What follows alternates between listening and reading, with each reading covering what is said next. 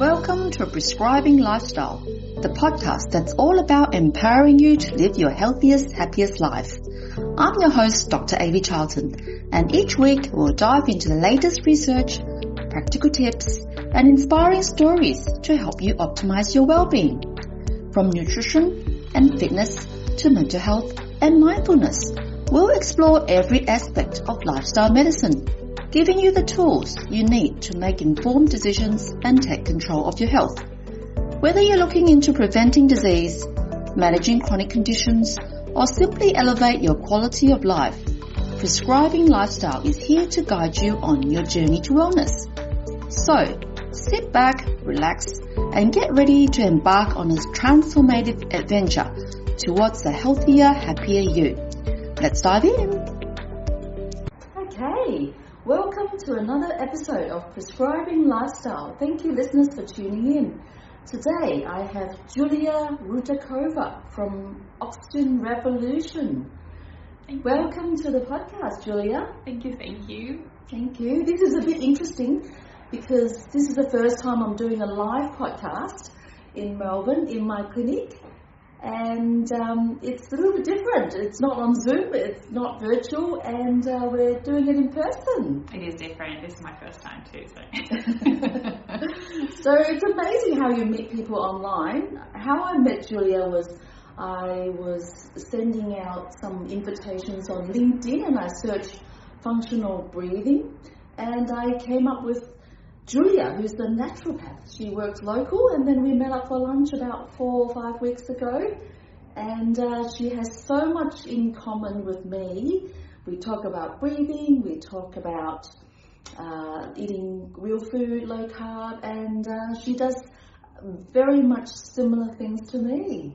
Thank you. Yes, it was kind of a bit of fresh air to hear from a local GP who does lifestyle changes and low carb and breath work. I'm like, oh my God, I want to meet that person. Yeah, it's really interesting. So tell me a bit about your background, Julia. How did you get into this space? How I got into the space? You mean naturopathy or breath work? What Anything? Do you want to start? So naturopathy, that was a personal journey over decades. After giving birth to my first son, I realized that conventional medicine wasn't working for me as I wanted it to work, and I slowly explored different things, mostly for my family, for myself. Never thought I would be working in the field because I used to be a teacher in the past. But if you remember, doctor, the root of the word is docere in Latin, which means to teach. Mm-hmm. Yeah, so doctor is a teacher. Mm-hmm. And so a teacher is always a teacher, so I just teach a different subject now. Yeah, that's and yes, then I moved countries, and so I did do different things like aromatherapy, homeopathy. I collected all those certifications, mm-hmm. but I just did it for myself, mm-hmm. just because I loved it so much. Yeah. And I saw the results, and then we moved countries, and then I did naturopathy studies here in Australian College and got my degree here. So that's how I got into the field. And with the functional breathing, being from Russia, I was exposed to potato. So we all heard of that. I grew up with breathe through the nose, Yeah. So that's what I mentioned in my book that's going to come out in July. That's kind of, cultural conditioning. It was not good to sit at the table and open your mouth apart from eating, Okay. So you chew with your mouth closed, you have your mouth closed unless you speak or sing. Yeah. And there was something that I grew up with, and without even knowing the science behind this. So your mum would remind you to and most parents, of my friends, I remember they would do same remarks. And wow. And that was very interesting. I thought, now retrospectively, thinking back about those things that I heard as a child, kind of shaped me up a little bit. And I did have a lot of respiratory health issues myself when I was growing up. Okay. Whether it was the climate, whether it was psychosomatics, Yeah. growing up with certain family issues, and So I had adenoids and tonsils enlarged and all the surgeries that followed, Right, yeah. And chronic bronchitis for years and years and years, way into my 20s and mid-20s, and that's when when my oldest son was born, and I started looking into all the natural approaches, because the other ones, they did fix things, but they would come back and again and again and again. Yeah. So that's when I looked into the diet. Yeah. Oh, wow. Yeah. And reducing certain things that create inflammation, right? Yeah. Not so much low carb at that stage, as you like, but it was a good start. It was a good starting point. Yeah. And we all move, in stages. Yeah, and, exactly. So that's how it all came about. And then my younger son was born, and we moved houses, and we moved to the Dandenong Ranges, and it was a very different environment. And again, could be psychosomatic because a lot was going on in the family. Oh, okay. And he developed asthma. Yeah. He developed asthma, and Julia started looking into that again, because I had resolved my respiratory issues a long time ago, and never needed that anymore. And so I remembered potato, right? So I looked into that, and I got certified a bit later, not for my son, but that's the story. That's how it comes about. So I'm a researcher, and I do things often for my kids first, or my clients, and then I start digging deeper. And if I feel drawn to that, I will go and get certified. Yeah, that's amazing. Would your son listen to your advice about breathing? All right, so yes. He was very young when he developed asthma, and we did other things that, if you want to ask, you can ask, but we did very little in terms of exercises because he was just 3. He's quite good at listening. He's always been, he's a Virgo, and he's that, pays attention to details. But, a child is a child. Yeah. And later, so we kind of fixed him, right? With breathing? With other modalities. Oh, okay.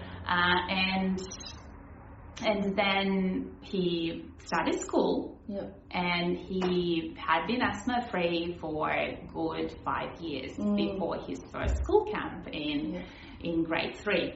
Okay. So, and I volunteered as a parent helper there. And so day 2, I think they went, it was in the Mornington Peninsula, I think, in Portsea, somewhere there. And the weather was great, and they went for a fishing trip to the beach, and I was there with the group where my son was, and everything was well. And then we started walking back to the camp. It was late afternoon, and I could see that my son was started going white. The lips went white, and he was like really, really struggling and wheezing. I'm like, okay. And we had been asthma-free, right? No ventilating, no nothing. I didn't bring anything with me because I thought we are good. And so we sat down. They left us behind because no one could help. And I'm like, just go and maybe call for help, maybe send someone with mental, something, just to help open the airways. So we sat down. I already knew about potato. I was certified by then, and we started doing the small bread holes. Well, lucky remember small bread holes? With my son, I don't go to the camps with the son. I send them to the school. I don't volunteer. I know, right? Yeah. So that was very lucky. And so we sat down on a log. I remember just behind the bushes near the beach. Those shrubberies. And so we sat down, started doing small breath holds, which is 5 seconds hold. 10 seconds, you breathe, whatever comes, right? Try to do it through the nose as much as possible. He was good at that. He listened. 2-3 minutes in, I didn't have my watch, he started to get colour in his cheeks. Oh, good. And the breathing became much, much better, much, much easier. Still not quite there, not perfect, but he could walk. Oh, good. So we walked normally back to the camp.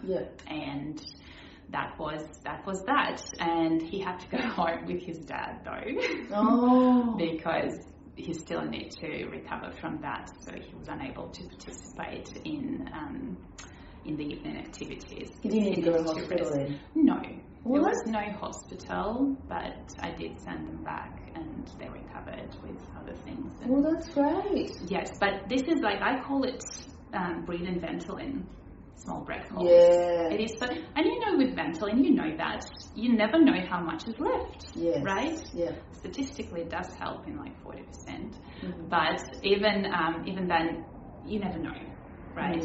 And what if it runs out and you need it? So that you can buy time while you're waiting for help. Yeah. You can buy time knowing those tools. Yeah.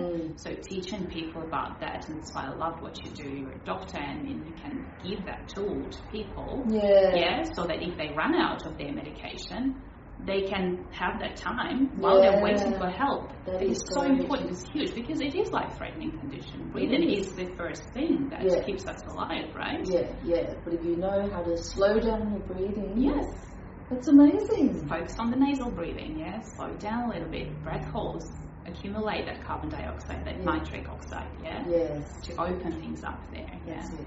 To lubricate, nurture everything, yeah? The pathways. That's a great story. Yes. Yeah. That's first-hand experience. Yeah. Yeah. So I know that it works firsthand. So that's brilliant. That's great. And tell us a bit about your Oxygen Revolution program. You've been practicing functional breathing much longer than me. I've only just started learning in the last year. So tell us what you do in the Oxygen Revolution program. That came about in 2020. Lockdown year. So before that, I had been practicing face-to-face. The majority of my Rutakova work was for Braceless Choice. They are a dental practice here in Ringwood in Melbourne, and they help kids with malocclusions with crooked teeth without braces. Braceless Choice, hence the name. So I was so part of their program was Rutakova breathing to help kids breathe through the nose, because then the tongue sits on the roof of the mouth and supports the teeth. And once they're done with their therapy, you have that insurance that teeth will stay straight. So I was doing that work for them and doing my naturopathic practice as well. And in 2020, no face-to-face work, and a lot of people with respiratory issues, right? Oh, right. And that's time like, okay, that's the idea of the Oxygen Revolution functional breathing program. So it's 4 sessions, and it can be online, it can be face-to-face now, but online works just as well. So the clients that I get now is not necessarily those who need support with asthma or any respiratory stuff. It could be anxiety, it could be any breathing issues like bronchitis, chronic, that can't be resolved with medication, or so you know that it's a good help. Whatever you prescribe, whether it's herbs, whether it's whatever medication, right? You need to do some background work. You can't just rely on substances, because that's a band-aid solution, That's right? And everyone can improve on their breathing. They've all got room for improvement. So that's how, I just started about the clients. So there can be clients who had researched breath work, who had done some reading, who researched Patrick McKeown, and he's so brilliant. So much free information out there, videos, books that he put out there, like articles, so much. That's he's where I so learned generous. a lot of it from. Me too. And it's all out there, really. Right? You would think, like, why would even create that sort of thing? Who would come and pay for that? Pay to be taught to breathe. But the thing is that we're all very different. And showing people what exactly needs to be addressed, why they stall and don't get more results. It could be allergies. And then we do talk, so as a naturopath, it's not only about breathing. I do address other things. I do say that if there is inflammation, it's going to be very, very hard to achieve those results with functional breathing. You can do all the exercises. And then a lot of people are so health conscious, and they do gym work like 5 days a week. And if they go to the gym and breathe through the mouth there all the time, then it doesn't work. Then they just create more and more of that inflammation. That's right. And more carbon dioxide resistance. That's it. They breathe off the carbon dioxide too much. Yeah, they just dump it all the time. That's right. Lactic acid builds up, all the pains and all the aches associated with the workouts, right? That's it. Probably lots of carbs as well. You're going to the gym a lot. Yeah. But even if that is addressed, like if, assuming that nutrition is perfect, even doing that mouth breathing during workouts, not knowing about how damaging it can be. Yeah. Yes, it's kind of a personalized approach. Yeah. So that program is for people who really want to get to the bottom of things. Yeah. And I always refer to the rule of 3. Oh, okay, yeah. Have you heard of the rule of 3? No. So, how on average a human being can survive without food for 3 weeks, without water for 3 days, and without breathing 3 minutes tops, before some sort of damage starts happening. So, yes, and that's why breath work is fundamental for our healing, for our health. It's connected to the limbic part of the brain, to our emotions. And our emotions do rule physiology, right? So it's not like only compartmentalizing, this organ, this tissue, this system, we can do that healing, but it's part of the whole. The physical and the emotional, it is connected. That's absolutely amazing. Tell us some examples of what good results that you've had with your patients from breathing. I had so many different cases. So asthma, definitely relief from asthma. Yeah. It depends on, again, it depends on the emotions. Emotions are involved because there's so much fear around asthma and not being able to breathe, and breathing being this basic primal function. So if there is trust and if there is understanding, and that's why this one-on-one work, because there is more time to explain, more time to go. So when you have a person sitting in front of you and they do the breathing and you ask for feedback, what do you feel? What comes up? Instead of them doing it at home, it's too hard, I'm freaking out, I can't do that. So, and we go through that and I explain why this is happening, the physiology, the psychology of things, and it's easier for them to trust the body, to go through that process of retraining your breathing, right? And we do that, so asthma to the point of giving up medication.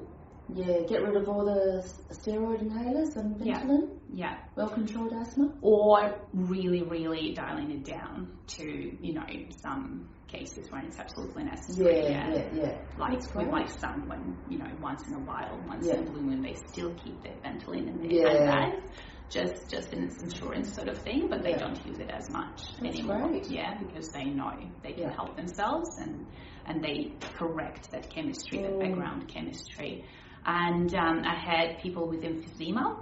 Okay, wow. So, again, not completely reversing. So there was mostly people in their 60s that had 70s even. From the smoking damage?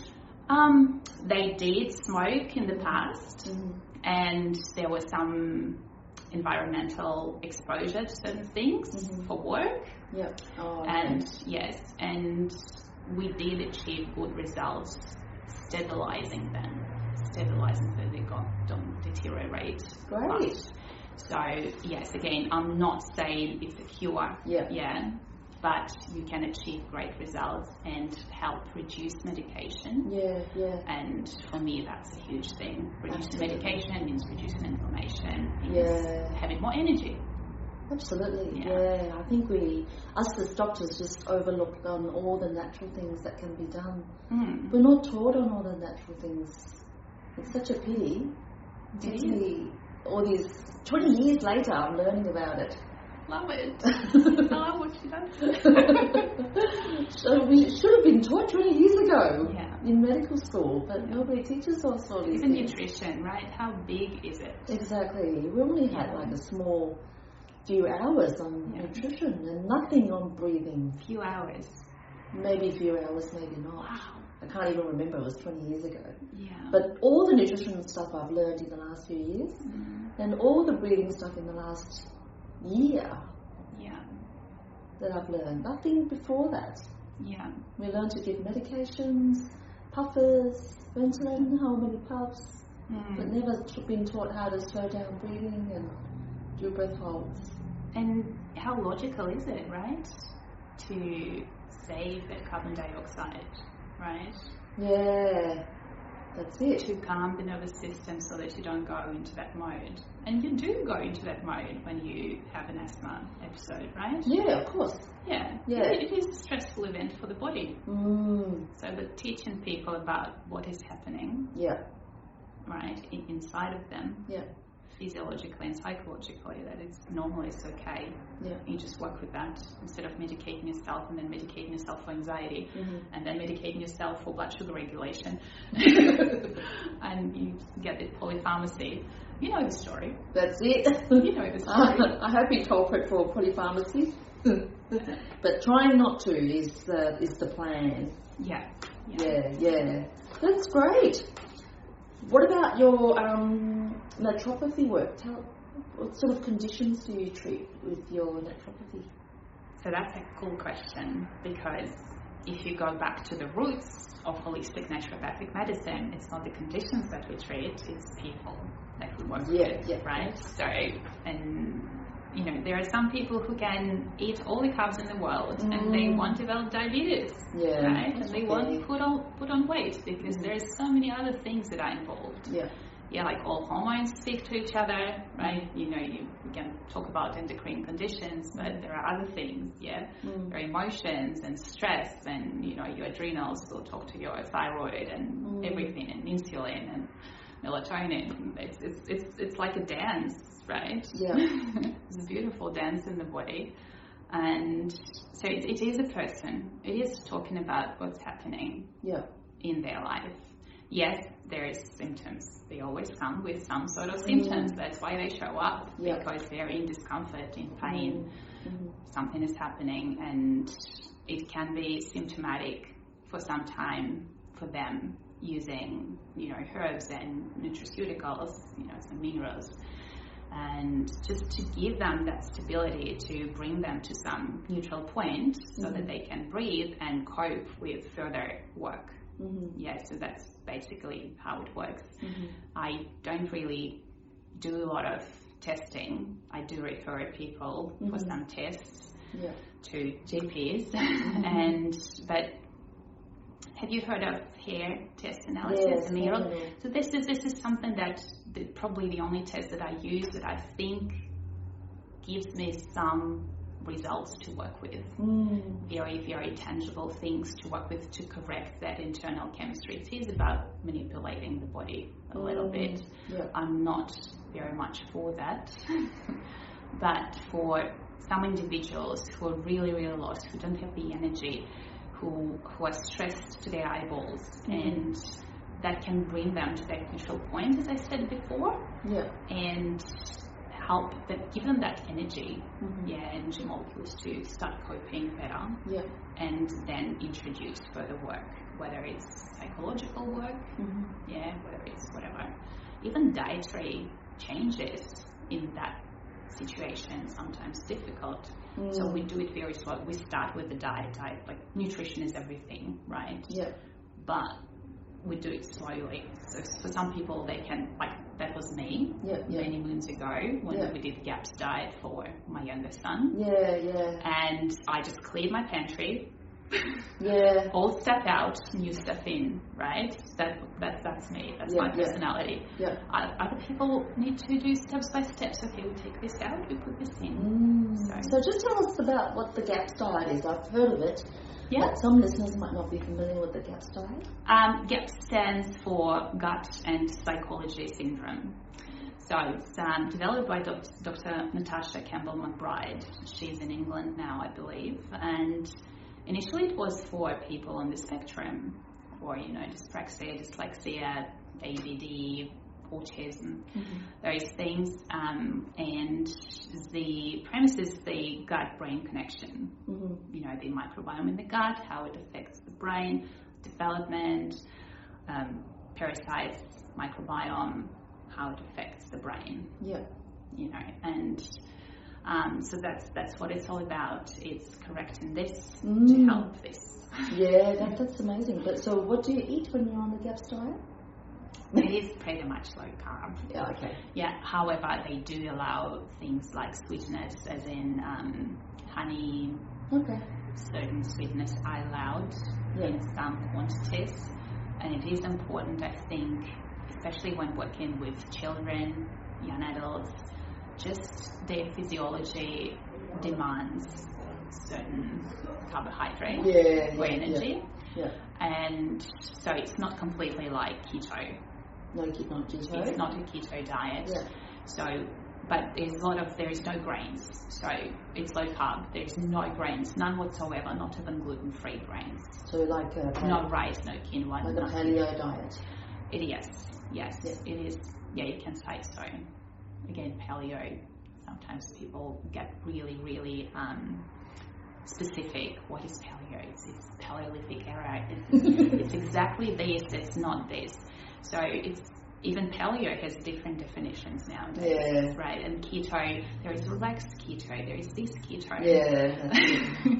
So different people mean different things now. But in essence, yes, it is grain-free. It's wholesome, whole foods. Yep. Very heavy on using probiotic foods in the diet. Yep. So, and ideally making it yourself, but nowadays you can get so many nice, clean products, like, beautiful sauerkraut and kimchi and then yogurts that are done properly. Yeah, so I was taught to ferment my yogurt for 24 hours at a certain temperature, and sauerkraut should be like for a certain amount of time to get to that point where you have those bacteria, enough. Wow. So that when you have a teaspoon of sauerkraut juice, for example, you get the necessary amount of probiotic bacteria. It's always better than anything in the capsule. That's it. Yeah. And lots of animal products as well? Yes. So it's bone broths, meats, But again, you can test. She teaches how to test what's good, what's not good for you. It's worthwhile reading that. Yeah, I've just briefly looked into the GAPS diet, and I heard some kids, you have to change them to the GAPS diet, and they only get the bone broth, and that's how you start. There are stages. Okay. So there is a first stage, intro stage, where you really, really strip it down to bone broth. Yeah. A bit of yogurt or whey from yogurt. It's hard, but it lasts only 5-7 days. Okay. So you can cruise through that quite quickly. Is that quickly. What you prescribe your patients with? People who bring their kids on the spectrum. Mm-hmm. Again, I don't like the labels, but it is what it is with certain symptomology. I do recommend that, and I see how very, very difficult it can be for a working parent.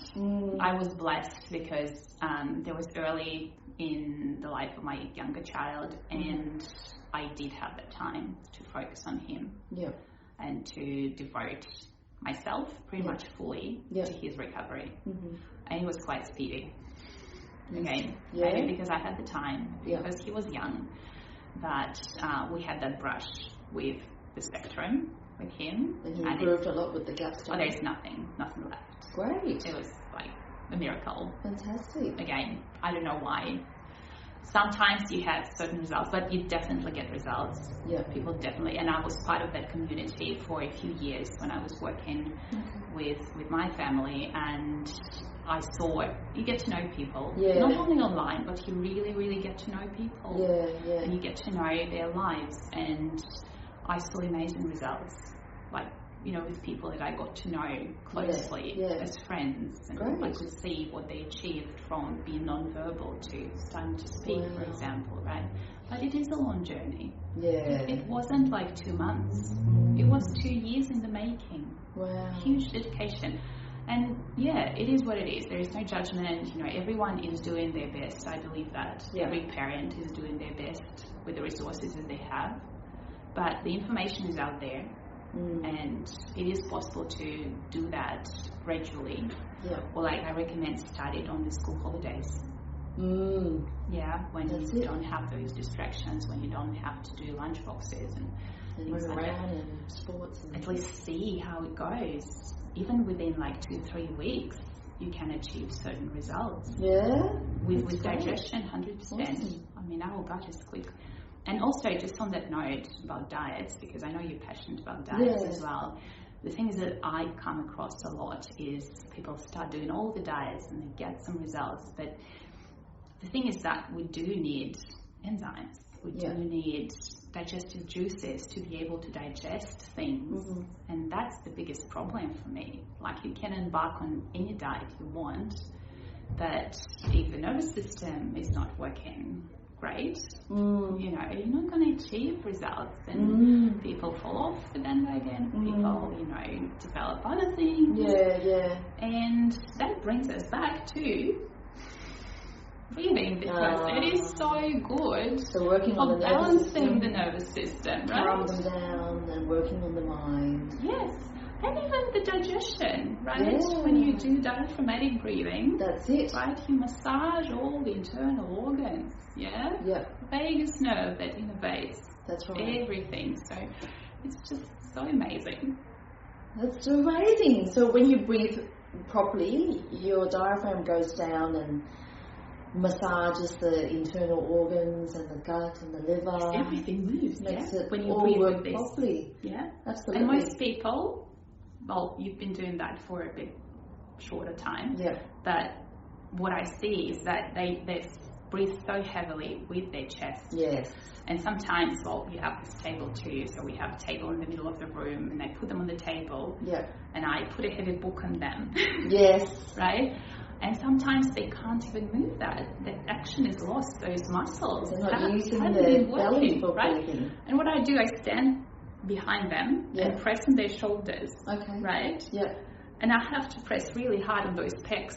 Yeah. Oh, because they're moving their chest too much. Yes, they push into my hands so much, and it takes sometimes 5-10 minutes to kind of get them to relax, to trust. To relax. Yeah.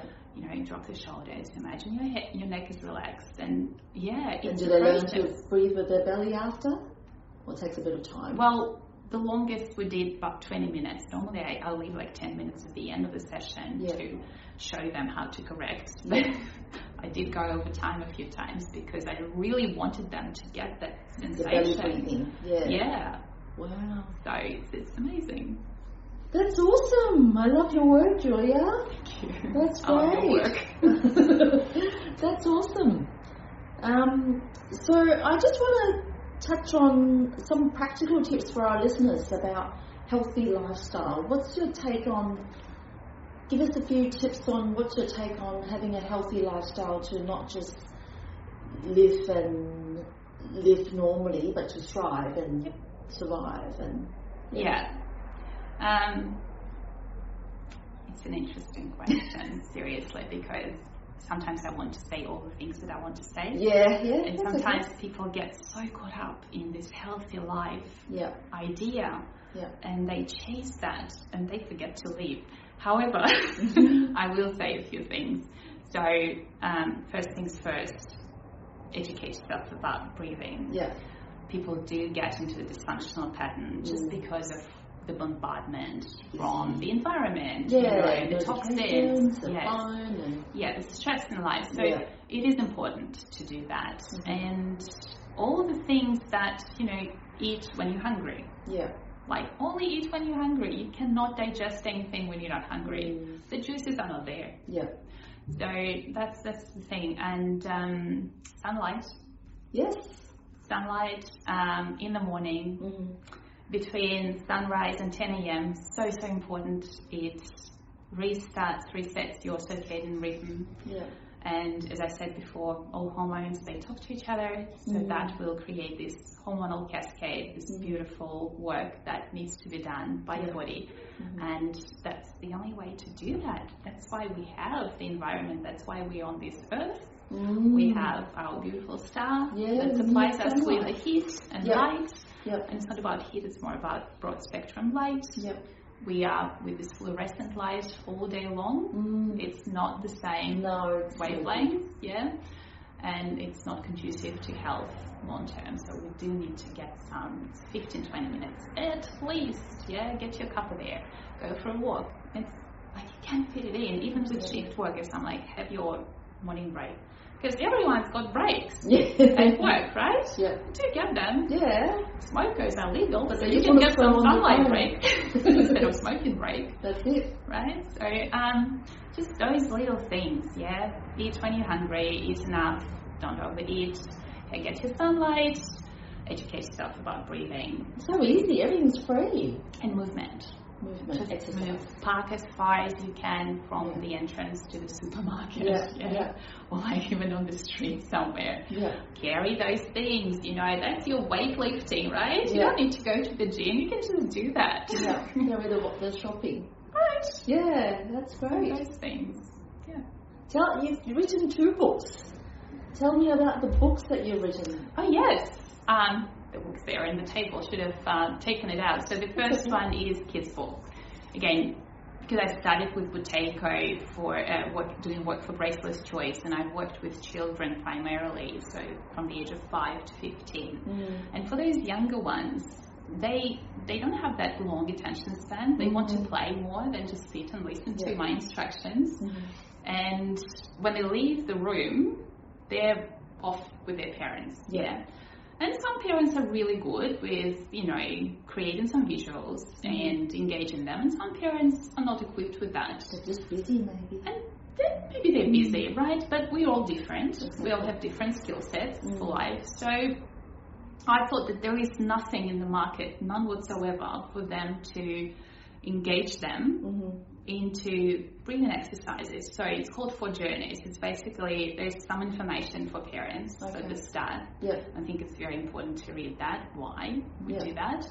And 4 exercises, so 4 visuals. 4 visuals like little stories. And then Erica Macarinelli, so she's the designer, the illustrator. She created beautiful illustrations. So you can use that. How I encourage people is you can do it kinesthetically, like there is air balloons journey, and the child can trace the picture so that they can engage the body as well as their visual perception. Or they can just look, because it's so bright, so colourful, so beautifully done. Great. And they can just look at the pictures and do the exercises instead of, just sit down and do this. So it's a children breathing book. Exercises for functional breathing. Children. For children. And you've got another book coming up very soon. Tell us about that one. So it's called The Breathing Coach, and Your Breathing Coach, and it is basically a distillation of everything that I've read over the years. Everything that I've done, and put into a concise kind of manual of, step by step. How to breathe properly. Take yourself from dysfunctional breathing to functional breathing. It's from a lot of inflammation to low inflammation.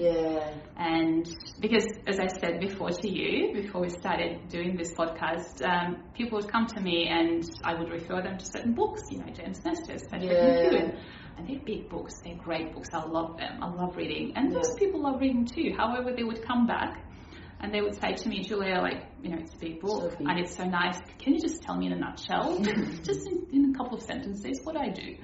I'm like, okay. Just before lunch, I saw a patient and she had coughing all the time, dysfunctional breathing. She can't hold her breath for very long. And I wish I had your book, then I can tell her to read your book. I've been read you. It's coming out end of July. Hopefully, end of July. Great.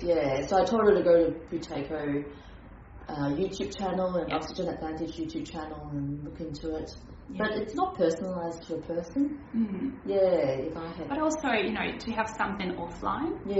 Even, you can sit down, because I don't encourage the use of devices in the evening, for example. Again, for sleep. That's it. And you can just have that book. And it's going to be e-book and an actual book as well. But to have that reference, and it's only like 70 pages, so 2 pages a day in a month, you can be fine with functional breathing, right? Great. That's the idea. Tell our listeners where people can find you.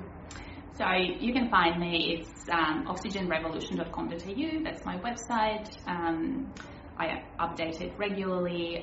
There is a new webinar coming up about light as medicine, so feel free to join. It's on the 22nd of August.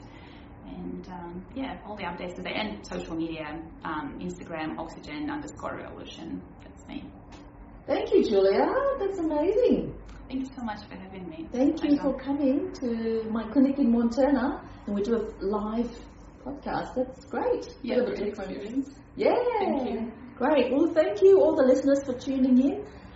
Until next time, we'll have another guest on how to do good lifestyle. Thank you for tuning in to Prescribing Lifestyle.